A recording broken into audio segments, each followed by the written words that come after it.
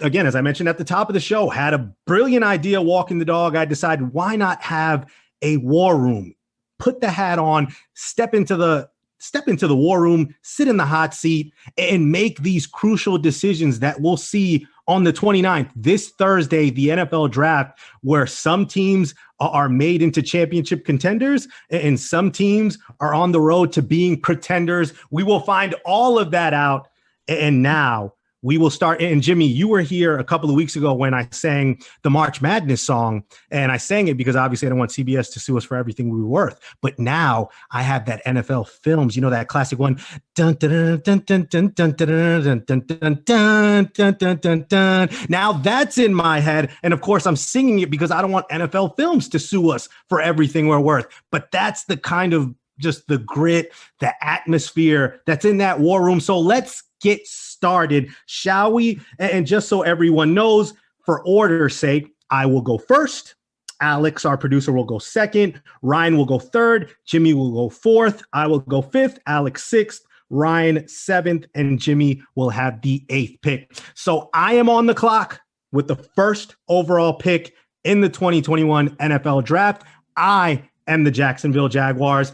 And fellas, I just came out of that war room. We were in there for about 2 hours, myself, Urban Meyer, Shad Khan. But for those 2 hours, we didn't talk anything about the draft. I mean, dinner reservations. Shad Khan just invited me to All Elite Wrestling this upcoming Wednesday. Urban and I are going to play about, 36 holes of golf next weekend. We're not worried about anything because we're taking Trevor Lawrence, quarterback from Clemson. This is a no-brainer. You don't have to tell me anything about anyone else. I don't care if they got blown out to Ohio State, still threw over 400 yards, completed almost 70% of his passes. Trevor Lawrence, a generational talent, and I will be a monkey's uncle if I don't draft this guy and have him as my starting quarterback for potentially the next 15 years. Myself, Urban, Shad, we're all good. No problems. The war room is about it's not even a war room. It's a peace room. We're good. We've selected Trevor Lawrence. He is now off the board. So now with the second overall pick, that would be the New York Jets, and selecting on the Jets' behalf, our producer, Alex Walls. Alex, take it away. Thank you, Andrew. It's a pleasure. Thank you guys for having me. And I think with the Jets, here's the perspective. We all love the New York media. We all hear them. We all know what they're saying. Zach Wilson. All right, it's not even a question.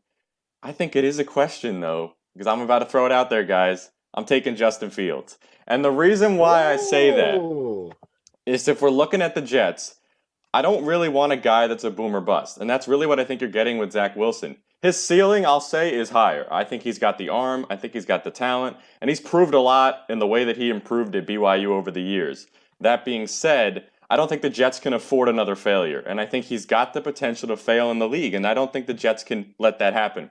Justin Fields, what we've seen from him is he's a winner. He's a competitor and he's a winner. I know all the narratives. I know all the stories that have come out. I'm not buying them. I know, Ryan, you don't buy them based on what we had last week on the show. Fields has proven a lot. He's never lost a game as a Big Ten starter. He's been very impressive, and I think that's what the Jets need, is a guy that can win games, can get the job done, that you can build around. And I have a lot of confidence in Fields, even if his ceiling isn't as higher, that he can be a serviceable quarterback, which is what the Jets really need in order to be competitive. And I can't afford the risk that Zach Wilson has, so if it's my pick, I'm going against the media. I'm going with Justin Fields.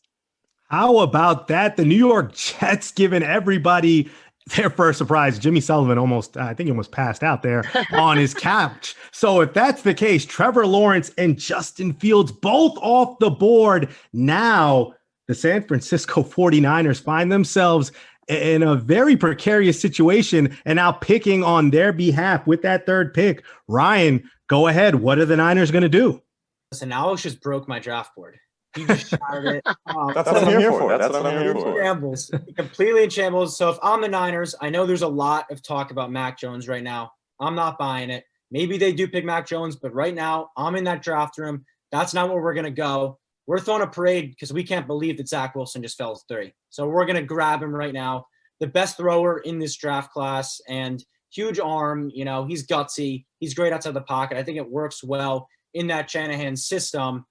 Zach Wilson, there's a lot of talk, character stuff, kind of similar narratives that are getting drawn out. I don't believe him for a second. I don't care if he wasn't a captain opening day. He is such a talent. And, this move kind of accelerates the process for the Niners because it looks like Jimmy G will be there to start the year. He'll probably get phased out midway through the year.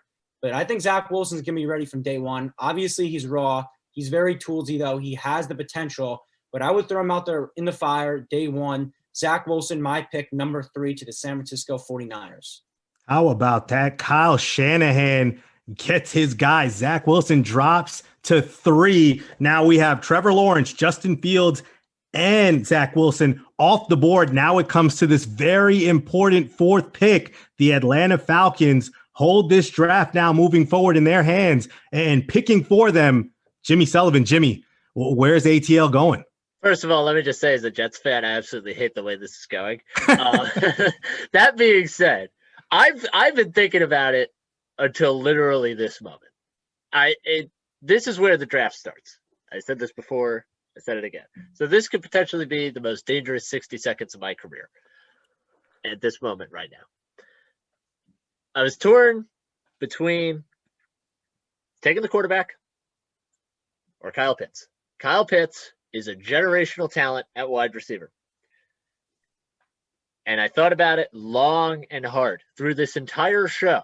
I didn't know what I was going to do. I wanted to see how this was going to shake out. But I've got the number 4 pick. And in Arthur Smith's scheme, I think Trey Lance makes a lot of sense. So I'm going to go with Trey Lance, quarterback out of North Dakota State. Not a lot of info on him from last year because he didn't play. But I like the play action stuff they run, the motion. I think it's an offense he could be successful in. I'm not saying he's going to play right away. I don't think he is. But it's a bit of a flip-flop for me. I was on NFL Friday a couple of weeks ago. I said, if I was in that spot, my gut would say Kyle Pitts. But you know what? Sometimes you kind of have to take the quarterback almost. It's a tough situation to be in. I don't necessarily feel great about it. But we're going to go with Trey Lance at number 4 from North Dakota State.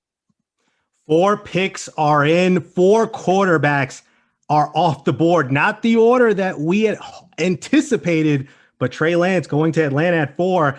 And now the Cincinnati Bengals are just sitting pretty at 5 with their pick of the litter, Kyle Pitts, Penei Sewell. I am picking on behalf of Cincinnati. And let me tell you guys, I am just so incredibly... you guys are just going to have to give me one moment. Hello? Bill Belichick. What's going on, Bill?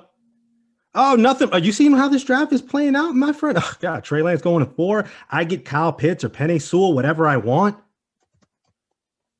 Oh, yeah, how's the dog doing? Is he still in front of the laptop? Oh, yeah, of course. Great joke.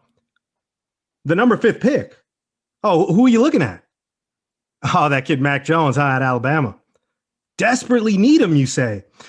Bill, I just don't know. I mean, I'm going to need something. If you're going to compensate me properly, maybe we can talk. 1st round pick this year, 2nd round pick this year, 1st round pick next year. Stefan Gilmore, who's unhappy. He wants to go elsewhere, the 2019 Defensive Player of the Year. Oh, Bill, you know what? I'm feeling good. This draft is so great. Quarterbacks going off the board. You know what? We'll find somebody at 14. Maybe Garashaw. It's an offensive lineman. Somebody will drop to us at 14. 2nd round pick. We get a stud we get a stud in Stefan Gilmore. All right, Bill, let's do it then. We'll give you that 5th pick. The Patriots have now traded up. They will take the 5th pick. And Bill, who are you taking? The Patriots have taken Mac Jones. They have traded up with Cincinnati, and they're going all in. Bill said it doesn't matter. Money's no option. Compensatory picks are no option. He's given me the farm. I'm taking it. We're trading down, and the Patriots have gone up to number 5, and they've taken Mac Jones from Alabama. There you go. Is nobody? Wow. Everyone just looks at me and just shocked. This is one of the greatest things I've ever done on radio. I just had a conversation. Production value. That's what with I love. Bill The Belichick value right there. So I mean, and if you're seeing this simulcasted, tremendous. Going to be. Can gold. we talk about how we've had 5 picks and 5 quarterbacks? That's 5 picks, deal. 5. That is 5. a very big deal. Jimmy, what do they say? 5 of a kind, right? That's a great hand to have. You have 5 of 1. So how about that? The top 8 in our opinions, if we're in those war rooms, we're talking Trevor Lawrence at 1, Justin Fields 2, Zach Wilson 3, Trey Lance 4 to Atlanta, Mac Jones, a surprise. The Patriots trade up to 5 with the Bengals. Jalen Waddle going to the Dolphins at 6, Micah Parsons to the Lions at 7, and rounding out the top 8, Kyle Pitts drops to the Panthers there. And guys, before we wrap things up in these last 9-10 minutes, let's just talk about this because Jimmy, I'll go with you first. How realistic do you think it is that we'll get 5 quarterbacks within the first 5 picks? I mean, there are teams that are in desperate need, and they may decide, you know what? Let's do what the Patriots just did and offer a king's ransom to get up there. But do you think it's realistic? I mean, it seems like we're going to get the first 3 picks being quarterbacks, but how viable is it that perhaps the first 5 picks could be 5 quarterbacks? Yeah, I it's interesting. I don't think it's totally unrealistic, and I want to apologize to you guys. I'm not making fun of you for what we just did here, but I am a little surprised at how it shook out. I don't think it's totally crazy to think about, right? Like if the New England Patriots call and give you a ton of picks, if you're the Cincinnati Bengals, and you look at this offensive line draft and you gauge that risk to be acceptable, you do it. Now, the problem is this offensive line draft is the most unknown in years because of the lack of available tape that you have on some of these guys. I was talking about Rashawn Slater. He didn't play last year at all for Northwestern. A lot of these guys played shortened seasons. Some of these guys only played 5-6 games. There is not the usual assortment of tape available to teams to decide who they like and who they don't. So that, to me, is kind of a powder keg. That leads to really interesting and occasionally bizarre decisions being made. So I do think this draft could be unpredictable based on what we're dealing with. I do think that there could be some eye-opening picks. Heck, if this happens, you know what? I'll buy Alex and everybody else drinks. That's fine. No problem with me. But I will say that I'm not entirely convinced that this is going to happen, but do I think it'll be an unpredictable draft? Yeah, I do. How unpredictable? We'll see. 5 quarterbacks? Maybe not. And Ryan, we saw Alex make that decision. He didn't go with Zach Wilson, goes with Justin Fields instead. Just from what you're thinking, from everything we've heard from the Jets, it's Zach Wilson. That seems to be the guy that Joe Douglas, Robert Saleh, everyone's in love with. But if the Jets were to take Justin Fields, I mean, do you think that Justin Fields is that much of a drop-off from Zach Wilson? Here's what I'll say. I remember watching that semifinal game versus Clemson, and I think me and Jimmy did a podcast the next day, the College Gridiron one, and we're both Jets fans, and I was ready for Justin Fields to be my quarterback. I thought it was a foregone conclusion. The way he played, his guts, he played hurt, right? He was hurt the entire game. He fought, he dominated, he showcased his huge arm. So I was all in on Justin Fields. And then I think the last few months have been really interesting because it's been a lot of unfair narratives. It's been false accusations. It's been a ton of stuff out of his control. It's been health reports. It's been everything but the play on the field, which is undeniable because he's a special talent. He maybe had 5 quarters of bad football last year. Everything else was spectacular. So I don't think it's a huge drop off at all. Like I wouldn't be, devastated if, as being a Jets fan, they go Justin Fields at 2. But Zach Wilson, it seems like that's where all the hype is. I saw Joe Douglas the other day, like he got asked about him and he wasn't allowed to comment or whatever. He had the biggest smirk on his face I'd ever seen him smile as someone who's not really emotional. So I am locked in on Zach Wilson being the Jets quarterback for the next decade plus, hopefully. But Justin Fields, it's not really a drop off for me. It's so hard to project because right now I look at these 5 guys, especially the top 4, and I can't see a way they bust. But that's just not how the NFL works. Obviously, guys are going to get hurt. Guys are going to go to bad spots. So I think from that, you never know what's going to happen. It's so hard to evaluate. But Justin Fields at 2, it's a hot take by Alex. I love the take. I don't know if it's going to actually happen, but it would not be the end of the world if Justin Fields ended up going 2. I don't think it's a huge drop-off.